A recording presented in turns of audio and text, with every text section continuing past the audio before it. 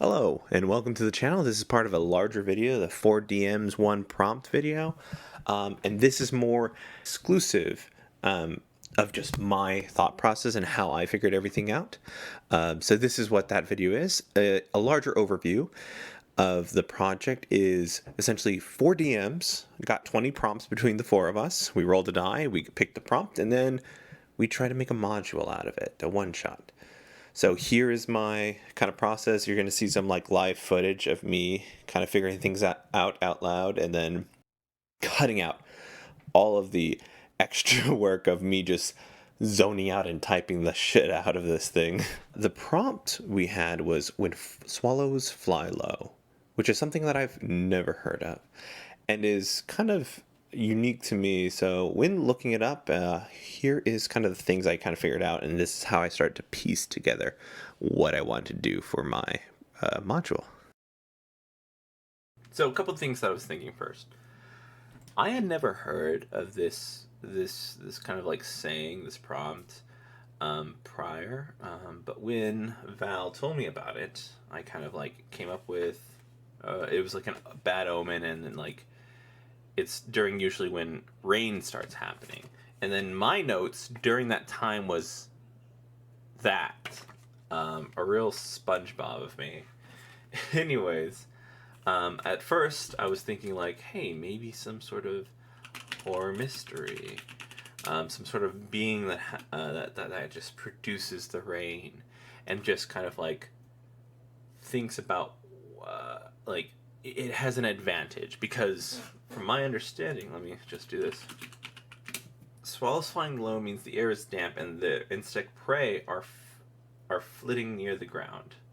Larks fly high in the air when the weather is destined to stay fine. So, page 3, increase in humidity at the time of bad or wet weather draws insects to the surface. This is a reason for insect-seeking birds to fly low. Now, I think I want to focus on this. I wanted this creature to create rain in order to kind of take advantage of animals that were benefiting from the cover of rain. So at first I thought it was like going to be the swallow that is creating this, and then kind of moved away from this swallow thing because then I was kind of getting a little bit more into this like these tiny little animals versus this big swallow, and more into a human aspect where what was going to make potential victim stand alone behind in this rain. Wet rain climates are perfect environment for many insects because moisture makes predators retreat back into their holes and nests, allowing bugs free time to safely roam. Interesting. So, as activists, as well as raining, as the force of raindrops can weigh them down. All right. So, for most things, it's like a sign of safety, but for other animals, interesting. Like, hey, this pushes away a certain type of predator and brings out like this rain puts bears away, but brings out the druids or something like that. You know, the townspeople heard that the druids, not the druids, but the bears don't like the rain, so they are able to harvest honeycomb during times of downpour, but have been coming back still with claw marks. That's a possibility. I mean, how dark do I want to go? As you can see, I definitely wanted to go darker. I left behind the whole honey idea, but kept the bear being the main murder suspect. I wanted to keep the bear, but alter it a little bit with magic, giving it a broader whodunit experience. Could potentially anybody could be able to do it with magic. With this in mind, I had to start to set the stage up for my players. The individual buildings, the people, the locations, the clues, all kind of started boiling together. Oh, I'm gonna have to figure out names. I'm the worst with names. There's a website that groups some. Ah, cool.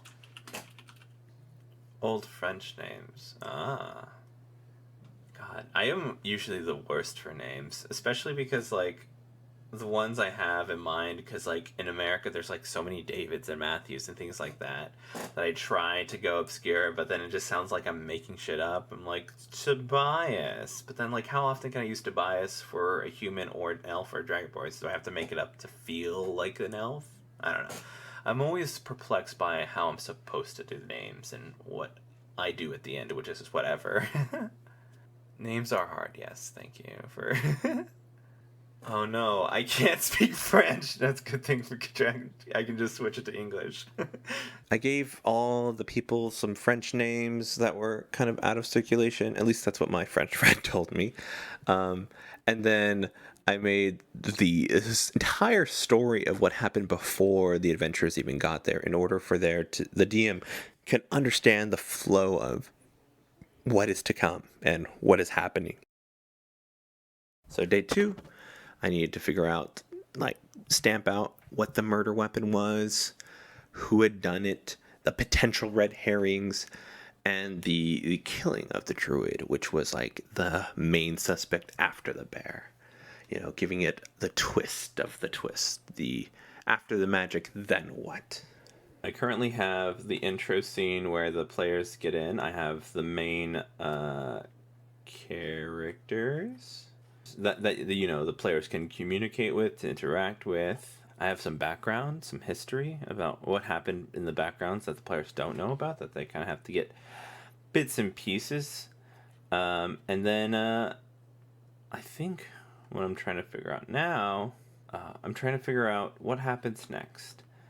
Part of me doesn't want to have like the where you go next part to be so not fluid, but time dependent, because you know, part of the killer's getting away is kind of the main time dependent thing, but I want you to be able to not feel that bad feel when you have so many decisions to potentially go find these things. So what I'm trying to figure out right now is how people interact, because like I have all of this written out where I think the main suspects will be, because like for a whodunit, you need multiple people to potentially have motive, to be potentially in the area or around where the person died, and then to be to have the murder weapon, which to be honest I have not gotten to yet, but I have an idea. And then kills him. Since he's already like, I've tasted blood, I am ready to continue. So that's my possibility. But so like, I've made a staple point that this druid's gonna die, because I think two murders is better than one. Yeah, and then a lot of the facts of what's going on kind of point to him being in control of what happens. I also went back and double checked to make sure that I could justify this being what I wanted in the story, because I felt like I kind of started to distance myself from Wind Swallows Fly Low. So I kind of wanted to double check to see, does this make sense within the prompt? This is kind of where I leapt from. The putting people inside, the some predators going away, and this could mean animals, and then a larger prey comes to sweep it up. And I think that fits more on theme if this isn't an animal attack. Oh, this is what happens. So, and during one of the the conversations that Basilius had with some of the animals, Basilius, on his way to check diplomatic relationships with the animals, he either gets attacked by the animals during his conversations, or has an accident, a fall, a trip, a poison from some sort of plant that he kind of like missed. Natural one on nature checks kind of happen sometimes, or a natural one in a conversation with some animals that he's trying to be good friends with can happen. And he's being brought back on the back of a bear that he's befriended. Now, Basilius has some countermeasures for like animals, which is his scroll of beast dominating. But at the time, it happened so fast that he wasn't able to use it. So he has that on his pack. So when Basilius comes back, he has that on him. Wilbon is tossing and turning over Basilius's home.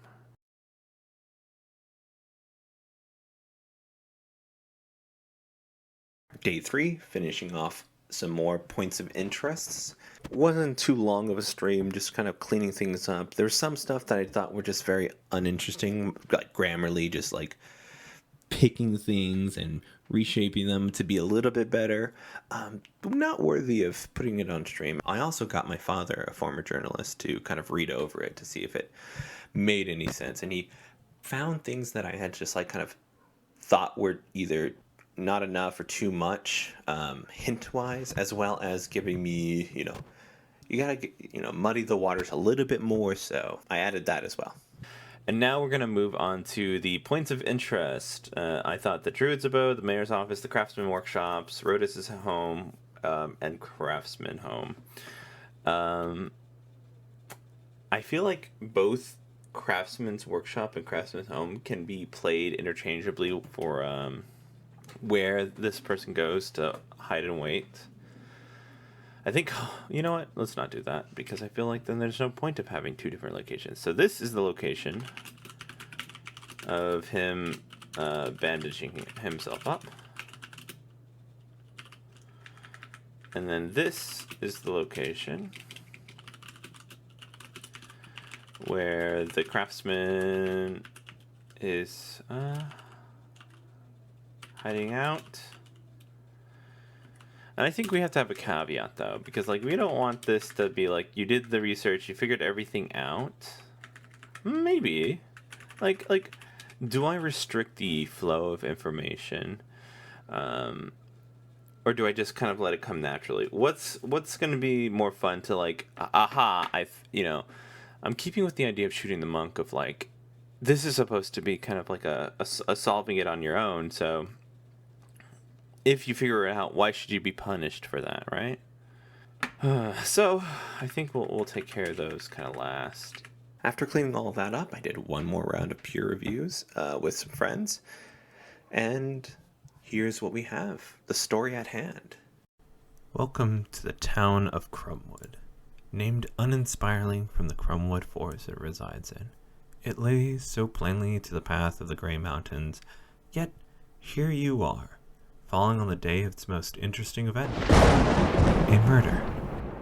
A bear has attacked the merchant after years of peace with nature. Hunt down the bear, or the individual who led this bear to do this act? Only you can find the truth that lies in the rumors of a small town. The true killer of Crumwood. Oh, that's the title.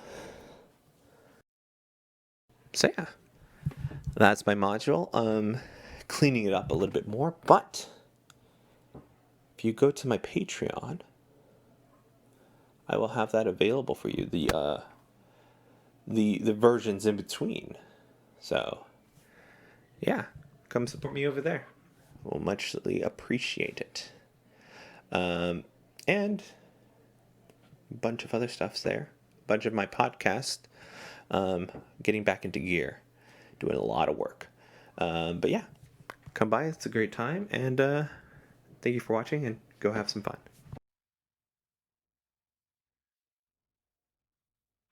Like, summoning creatures, that doesn't bring it's just like you know of the creature and you bring one into existence, right? That's not like, you're actually killing monsters. It'd be like the most humane thing you can do. Oh my gosh, I'm writing a freaking book, dude! it's just supposed to be a tiny module! Running out of time, running out of time, running out of time, running out of time. Make you of me.